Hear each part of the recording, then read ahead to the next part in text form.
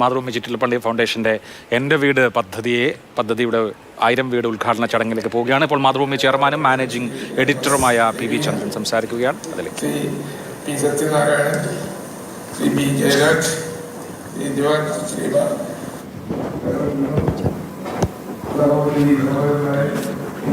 നമസ്കാരം.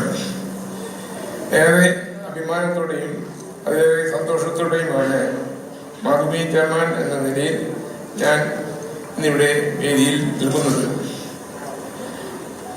കിടന്നുറങ്ങാൻ വീടില്ലാത്ത 1000 കുടുംബങ്ങൾക്ക് വീട് നൽകി എന്ന ആത്മസംതൃപ്തിയാണ് ഈ സന്തോഷത്തിന് കാരണം. സ്വന്തമായ ഒരു വീട് എന്നത് ഏതൊരു മനുഷ്യന്റെയും സ്വപ്നമാണ്.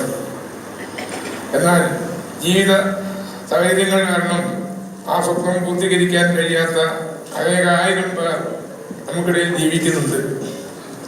അത്തരം മനുഷ്യരുടെ സ്വപ്നം സാക്ഷാത്കരിക്കാനാണ് മാതൃഭൂമി ചിറ്റിലപ്പള്ളി ഫൗണ്ടേഷൻ ഈ ദൗത്യം ഏറ്റെടുത്തത്.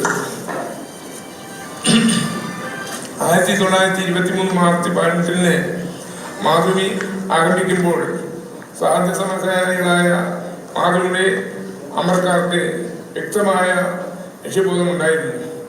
സ്വാതന്ത്ര്യം മാത്രമായിരുന്നില്ല ലക്ഷ്യം. മനുഷ്യന്റെ അഭിമാന ബോധത്തെ ക്ഷയിപ്പിക്കുന്ന എല്ലാറ്റിനോടും സന്ധിയില്ലാത്ത യുദ്ധം മാതൃഭൂമി പ്രഖ്യാപിച്ചിരുന്നു. സ്വാതന്ത്ര്യം ലഭിച്ച ശേഷം ജനങ്ങളുടെ സാമൂഹിക മുന്നേറ്റം. മാതൃഭൂമിയുടെ മാനേജിംഗ് എഡിറ്ററും ചെയർമാനുമായ പി വി ചന്ദ്രൻ ഇപ്പോൾ സംസാരിക്കുകയാണ്.